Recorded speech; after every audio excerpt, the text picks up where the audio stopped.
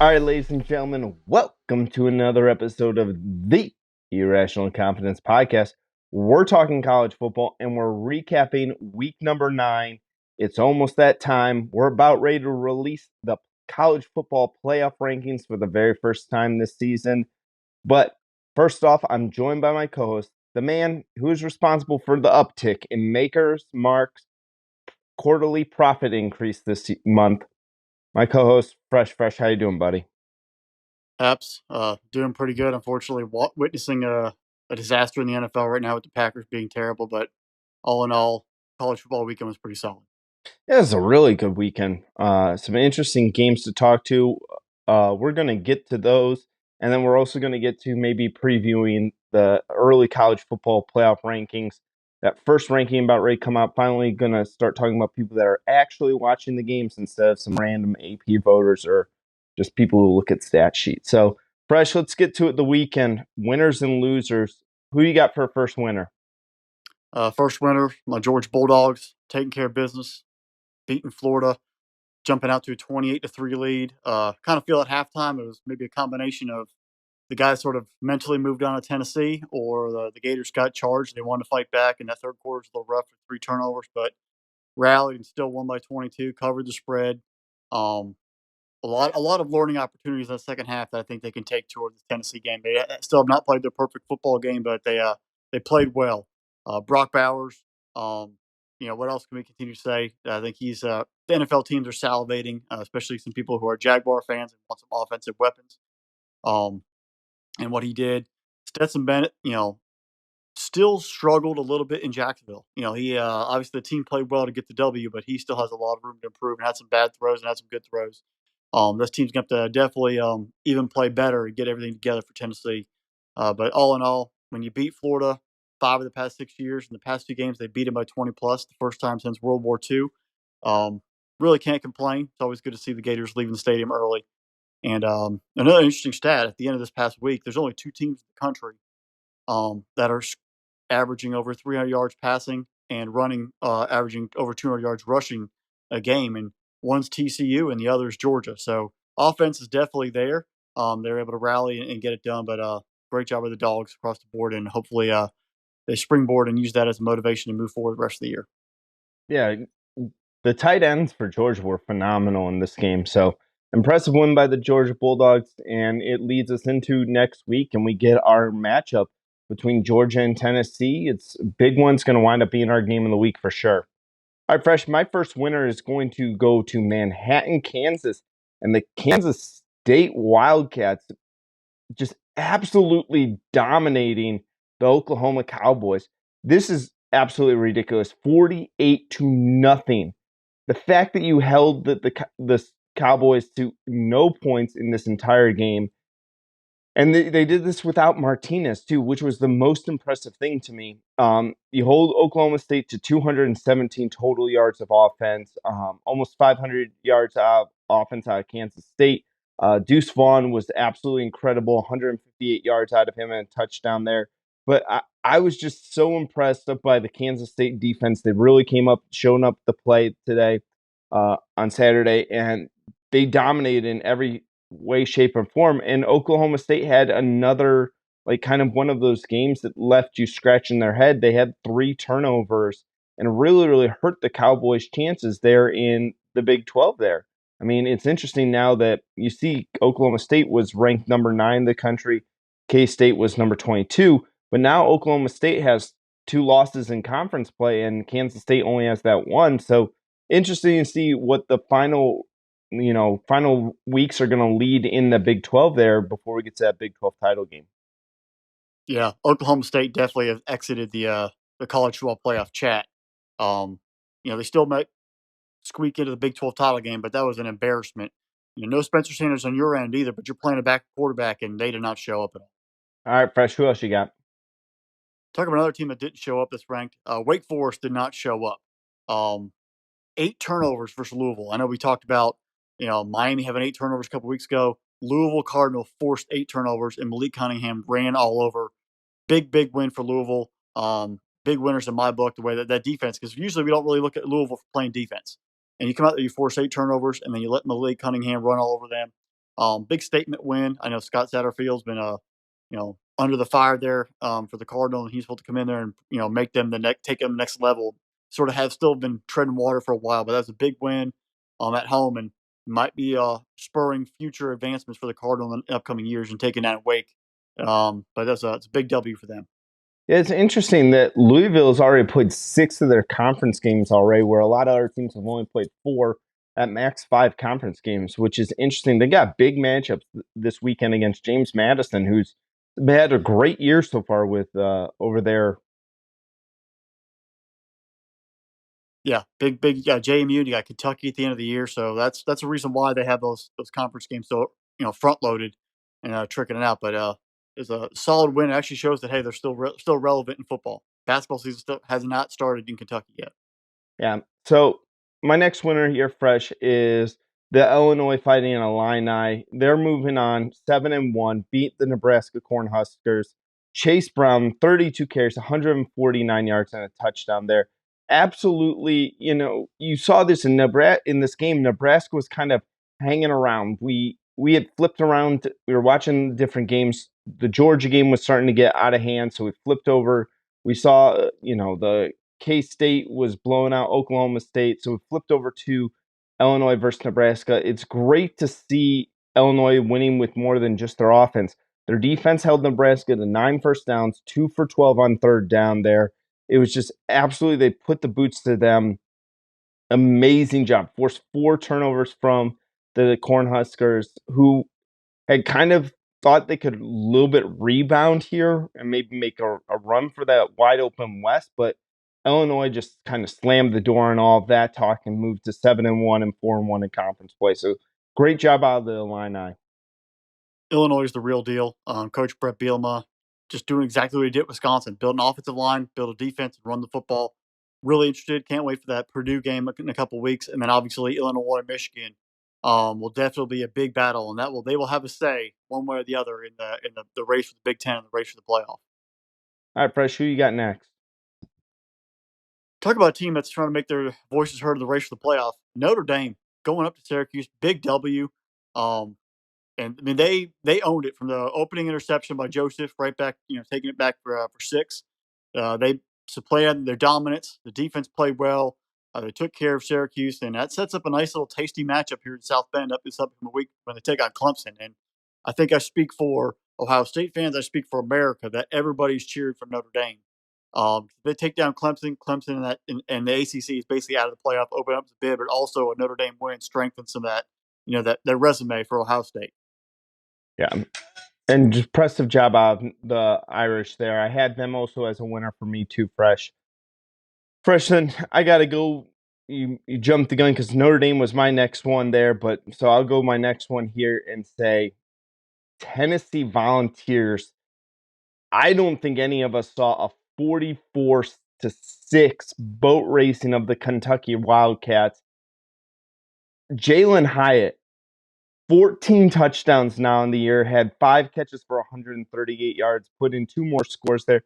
It's nice to see Cedric Tillman come back. But the thing that impressed me the most about about the Volunteers against the Wildcats was the fact that you held the Kentucky team down defensively. Like, we hadn't seen this out of Tennessee yet. We had not seen them have a big defensive win, and there was no looking ahead to Georgia. There was no rust right there of saying, we had a week off and we're not really going to play up to our full potential. Nope. They forced Will Levis into 3 interceptions and less than 100 yards passing. It's a great job out of Tennessee. I can't wait. I know this matchup next weekend against the Bulldogs is going to be a phenomenal one. So sign me up. Well, I mean, first of all, tip of the cap to that entire Tennessee football team because they knew what Kentucky was. Kentucky is a very run focused offensive line, ball control, slow it down, play heavy defense football game. They're not a 4 or 5 receiver spread it out. This is not the the hefty lefty or Tim Couch Kentucky teams. And if you put them in a situation where they have to throw, that's where you put the quarterback in that offense under some serious duress, and you can unleash your pass rush and your secondary can fly around. And that's exactly what Tennessee did. They got a lead early. It was kind of a Kentucky was in that ball game early and threw a pick in the red zone, and from there, I think I even tweeted it out in the early second quarter. It was ball game because they're 14-0 or whatever it was, and then Tennessee went right back down and scored, and it was over. But you have to. Kentucky had to play perfect to make that football game competitive, and Tennessee did not even give a chance to even breathe. So great job there by the Vols. And yeah, you're right. They did not look ahead to Georgia. So check this out here, Fresh. Listen to this stat right here. Jalen Hyatt, since the LSU game, all the way back in this month of October, he's played 4 games. He has a grand total of 22 catches. On those 22 catches, 11 of them are for touchdowns this month alone. Dude's been absolutely on a tear. Well, I really think Hyatt Hotels needs to call him about an NIL deal. Yeah, just like Jameson last year, trying to get the whiskey NIL deal. All right, Fresh, you got any more winners? I got one more. I'm just going to throw it to UNC. I know we talked about them taking on Pitt, and having a big chance to really make it the ACC title and my ACC title game. And they were down. Pitt was given a battle, and they fought back. And they put up 21 points in the fourth quarter to seal the deal. Drake May and in that offense really started clicking. They had a slow start under that defense from Pitt was giving them, but they were able to find a rhythm and get it done. So big time for North Carolina. Again, a lot different than last year's team. Last year's team, the defense would have really struggled. Offense might have just got mentally exhausted. This team is, I think, much more focused and much more mature, and you're seeing it pay dividends right now. And Mac Brown, Gene Chiswick, and that entire staff has that UNC team moving in the right direction. And they could sneaky. They could give Clemson some trouble in the ACC title game. Yeah, that UNC team was electric. They were ready to go that last on Saturday night there. All right, Fresh, my last winner of the weekend is the Ohio State University and mainly the Ohio State defense and one specific guy, JT Tumaloa. Holy bejesus here, Fresh. This was an absolute one-man wrecking crew on the defensive end. 2 fumble recoveries, 2 sacks, 2 interceptions, and one of those turning into a pick six. And on top of that, he tipped the ball that wound up being the other interception.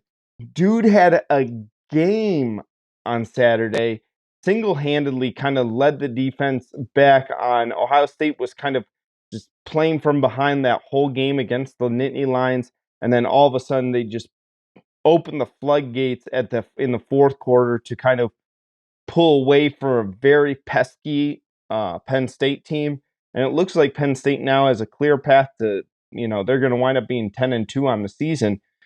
But it showed me 2 things: that Ohio State could be beaten, but also the reason why they're so highly ranked is that at any given moment, those floodgates can open and they can pour it on you. I mean, JTT and Marvin Harrison Jr. were the 2 best players in that stadium. And you know what?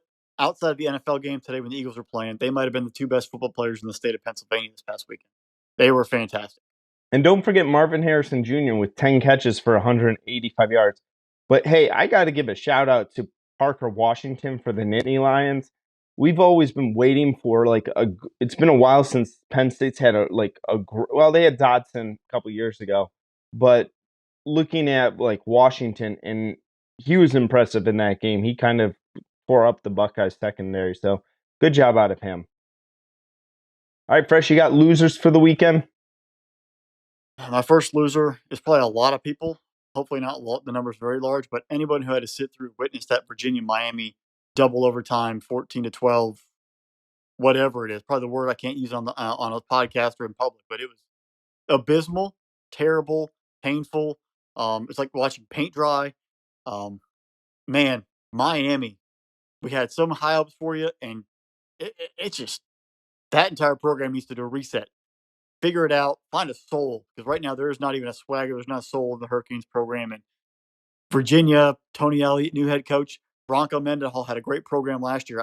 Brandon Armstrong and that offense do not even look like anything that might have been there before. So both teams, major concerns and on the struggle bus. Fresh. Let me give you my first loser, and it's the Texas A&M Aggies. losing to Ole Miss, and this was ugly. Texas A&M, the one thing we've been able to say about you all year long is that you had a defense. You gave up 530 yards to Lane Train and the Rebels here, man. Judkins ran for 205 yards and a touchdown on you. You just wasted this 9 penalties in this game, and you almost gave up 400 total yards rushing, 390 yards in the game. This is a joke in A&M, man. And this is the problem. People were pointing out Texas A&M as a possible playoff team at the beginning of the season. We didn't see it. We thought that they were still a quarterback away and that they needed maybe next year. But this is getting bad, and I don't necessarily know what their fix is. I mean, there's all sorts of reports of what's going on in the locker room after games. There's all these reports of what's going on outside of the team facilities. I don't want to speculate because we don't know what's true. We don't know what's not true. We're not there. But man, this is getting scary for A&M, and it's hard to do it. You can't fire the coach because you owe him $86 million. Nope, you can't fire him. I can guarantee you right now, there are coaches, there are student assistants, everybody waiting outside that locker room in theory, not reality, to make jump on these players from the transfer portal because a lot of those guys are making the run to the portal. They're going to start cleaning up. So any recruiting ties you might have had some of those players, number one, you can go get them, but number two, you might question why didn't they perform at A&M? What were they not motivated? Like, what was the other concerns? There's also concerns of why these talented players aren't performing. It might be a concern like, do I even want to bring that person into my program? Are they a good player who just needs to get out, or are they a good player who might be a headache? On other cases, and maybe not worth the trouble. So there's a lot of issues going on at A&M. I did love Lane Kiffin though when asked, "What are you going to be for Halloween?" He's like, "Well, maybe Jimbo could give me a Joker costume." Because Jimbo called him a clown during the previous week. So Lane Train gets the last laugh in the whole thing. Yeah, absolutely. All right, Fresh, you got another loser? Georgia Tech. First of all, you got curb stomped by Florida State, but here's the stats in the first half alone: 24 yards on 24 plays. Now, I'm not a math major, but that's a yard per play. You had one first down, and you went 6 for 8 for 17 yards passing in the first half. Absolute destruction. And you won a couple of games. You made yourself somewhat relevant, and then everything went just. You reverted back to who you are and who we all know you are. Florida State, they did they did what they're supposed to do: beat a very bad football team and beat them handily. But Georgia Tech, terrible times. I don't think Dion wants to go be your head coach. Yeah. Yeah, that was a rough one. That's a real rough one.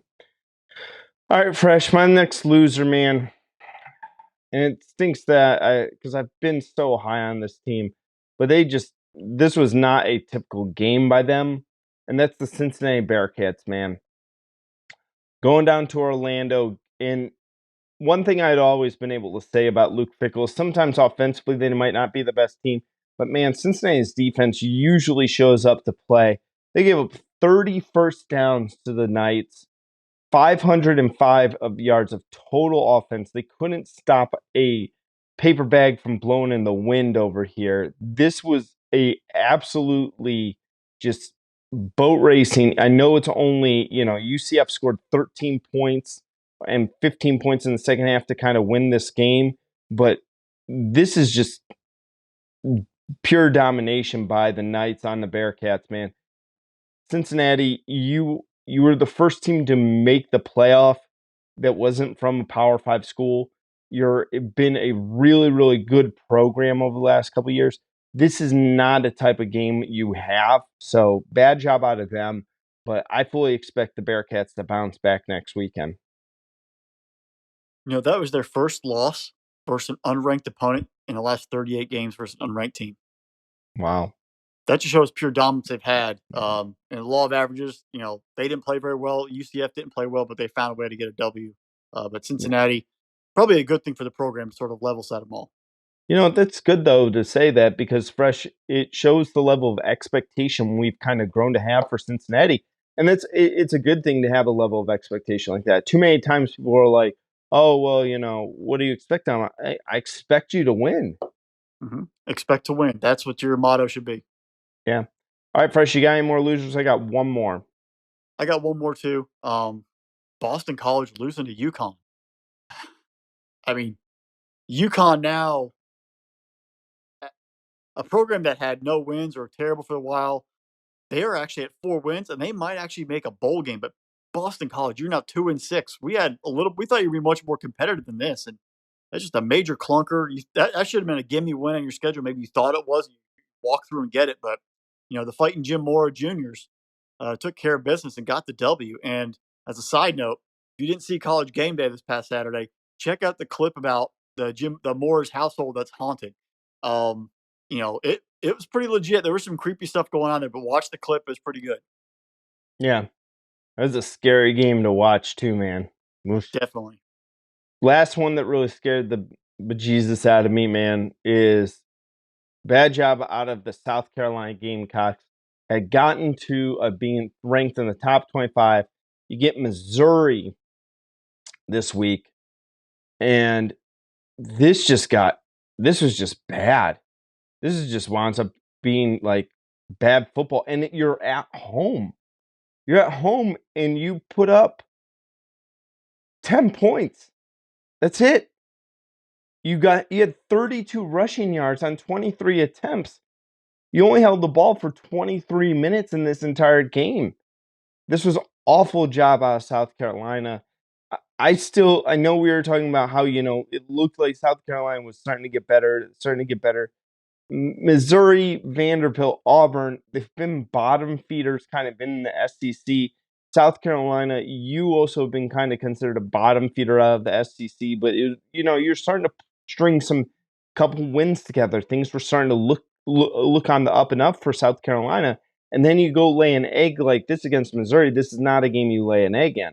You put the boots to Missouri and you get yourself bowl eligible this week, and you can start really puffing your chest out, but bad job out of South Carolina. Yeah, that was a complete opposite of what Shane Beamer has sort of built before that. Just laying that clunker. And in Missouri is they're. I mean, Drinkowitz might be on the hot seat. Not a good effort there by South Carolina. That puts you in a real dire straits to make a bowl game, and you still have Tennessee and Clemson on your schedule. Yeah. All right, Fresh. So on Tuesday night, we have the first playoff rankings here. So I thought it would be kind of fun to do this. I've taken the AP top 10 and I have kind of put them all into a blind resume. Okay. And here are the three things that we have kind of taken a look at here so far. So the first thing I looked at here was wins over AP ranked opponents was the first area I looked at because it gives you credit at the beginning of the year. You can't help. This is who we think they're going to be. You beat a ranked team. Then currently we are just done with week number 9. So we're looking at any time you have beaten a team that is at 5 wins right now, because most of those teams are going to be bowl eligible by the end of the season. And then average amount of points for in your victories. So we're taking a look at how much are you winning your games by here. So I have taken the top 10 teams. I am going to give you a couple of these teams. I wanted you to see if you can tell me who they are. So right now there's one team that does jump off the page that seems to be the number 1 team in the country. And I'm going to see if you can guess who this team is. All right. We'll just call this Team 1. Team 1. They currently have 5 wins over ranked opponents. 4 of those wins are over teams that already have 5 or more wins, and their average margin of victory is at 28.375 points. Who is team number 1? Tennessee. Tennessee Volunteers are the number 1 team in the country according to kind of the blind resume here, which was impressive. You look at their whole body of work, and we're taking away the names right now and looking at what they have done this season, and it's been a very, very impressive job out of them. All right, you ready for the second one? Mm-hmm. All right, second one. 4 wins over ranked teams. 5 wins over teams with 5 or more wins right now, and a point differential of 17 points. TCU. Who is that? TCU is the second team there. Impressive job out of them. I think that was the nice thing that I learned when I did this here fresh, is that when I took away the names and I didn't look at like, okay, what do I think about this team, and I just looked at what they've done on paper without looking at the name, I didn't really appreciate everything TCU has done. Okay, No, I let's mean, I think it's when they beat Oklahoma. I don't think Oklahoma was ranked or they were lowerly ranked at the time. But we didn't take that one seriously. I don't think. yeah. All right, here's an interesting one. Team 3. They have 3 wins over ranked opponents, 5 wins over teams with 5 or more points, and they have a point differential of 17. Who is this team? Clemson. It is Clemson. Clemson is the And third folks, team. we did not discuss these ahead of time. Uh-huh. So this shows you what type of savant Fresh is when it comes to college football. I was shocked with Clemson because a lot of people are really low on Clemson. And it's funny to say that because on paper they look good on paper. The eye test is the tough part. When you Yep. bench DJU, you struggle offensively. Like those make it painful to say that team's going to be in the playoff. And I also think that bias of past experiences where maybe Clemson got in where they should have gotten stomped or something like that. It keeps people scared to put them back in. All right, let me give you a hard one here. Okay? Who is this team? You have 2 wins over ranked opponents, 3 wins over teams with 5 or more wins already, but your point differential is 26.5 points. This might be a little tougher for you. Ohio State. That's not the Buckeyes right there. That is the Alabama Crimson Tide. As Alabama, they also they're one of the teams that have 1 loss. So I know the debate right now is TCU versus Alabama. Who's going to come in ranked higher? And I know eye test comes in to play, but when you go on paper, TCU's resume on paper is better. Alabama, if you watch the games, Alabama obviously is going to be better when you watch the games, but you're looking at, if we're just going off of blind resumes here, I was kind of shocked on what TCU is. All right, here you go. Here's another one for you, Fresh. See if you can get this one here. All right. 2 wins over ranked opponents, 3 wins over teams with 5 or more wins, but 32 points in their differential. Oregon. That is not Oregon. That is actually Ohio State. The Buckeyes right there have that right there. Thing hard with the Buckeyes is that they have not had a lot of ranked. They haven't played a lot of ranked teams, and what happens is those teams are dropping from the rankings right before they play. All right, here's one more for you. 1 win over a ranked opponent, 3 wins over plus teams with 5 or more wins, and a point differential of 31.25. Georgia. That is the Georgia Bulldogs. It's interesting to do this here, Fresh, and take a look at the top 25 going forward, especially the top 10, and seeing what might happen. So I did this blind resume test here, Fresh, and I gave each one of these columns a point value, and I ranked them from 1 to 10. So whoever had the lowest score, so the team, like our team E here, who had 5 wins over ranked opponents, they got 1 point. And then the team with 4 wins over ranked opponents got 2 points. And I added up the total amount of points at the end and saw like who had the lowest score. Obviously, the number 1 team right now would be Tennessee. I have Ohio State and Clemson tied for the 2-3 spot. And TCU was actually the number 4 team. Georgia was 5. Alabama was 6.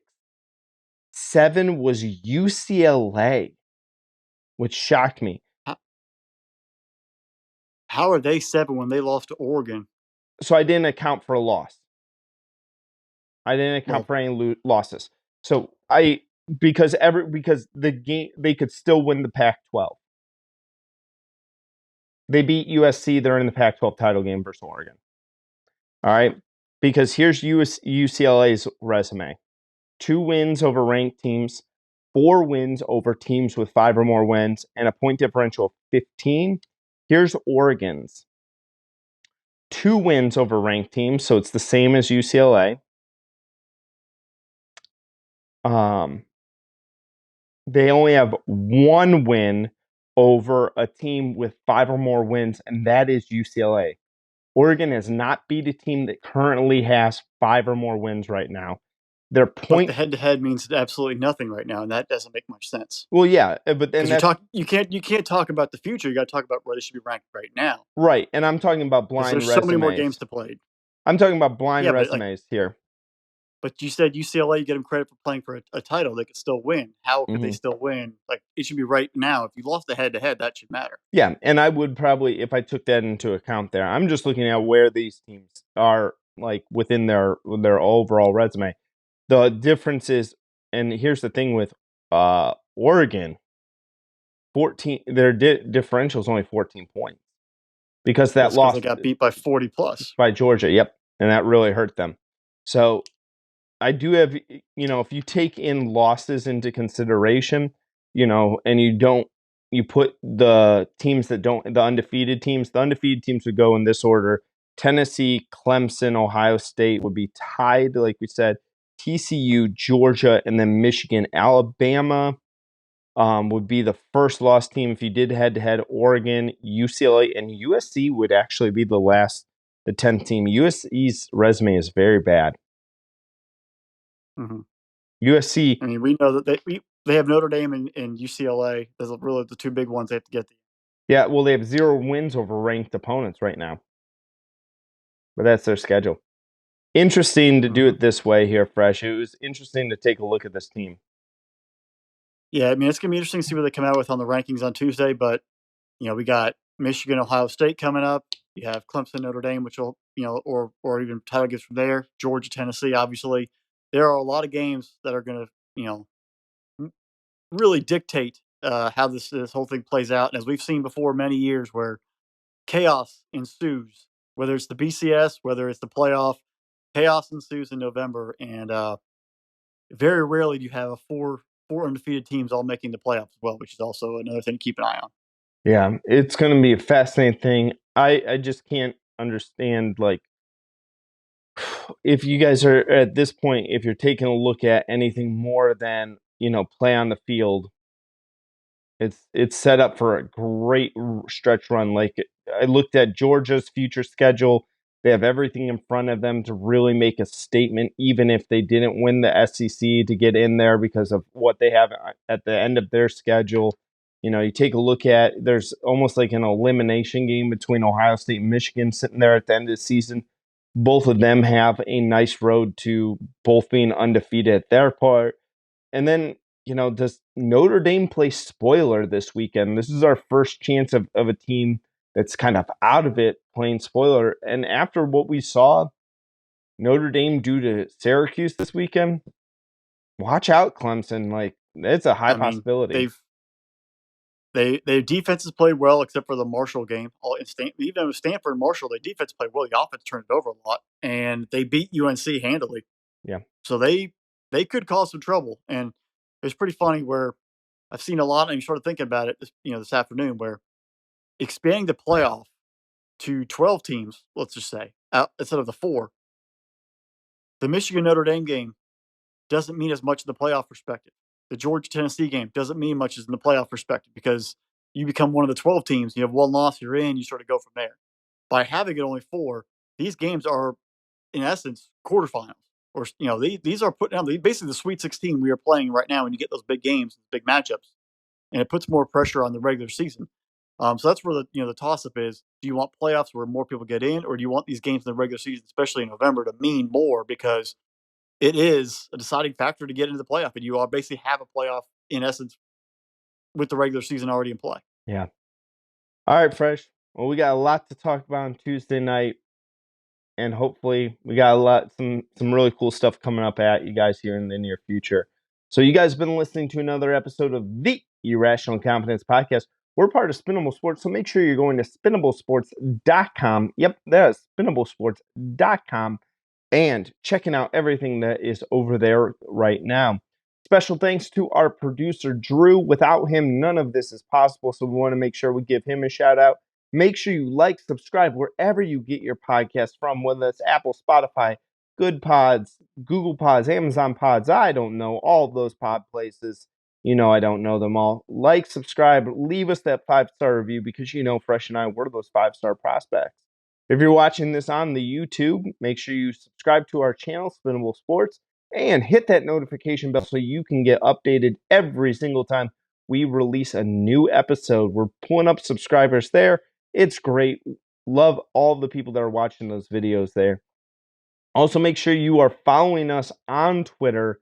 We are over there. We're interacting with you guys every week and kind of putting it out there, putting out polls.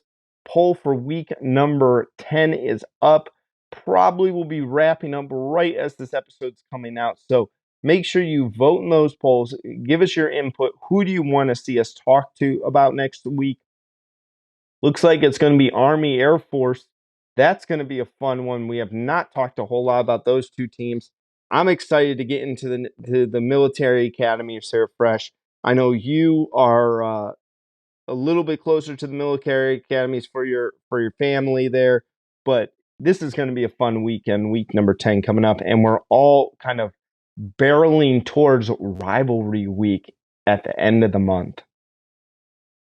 Hey, the stakes get risen and risen. They rise up every single week, get better and better. Games be more, and you get the rivalry games thrown in late in the season, which make it even more competitive and more entertaining. Yeah, and for those of you playing along, hopefully you won't need your Merriam-Webster or Oxford Dictionary for Mr. Fresh here. So, all right, folks, you just have a wonderful week, and we will be back at you for another week, for another episode later on this week. Bye, y'all.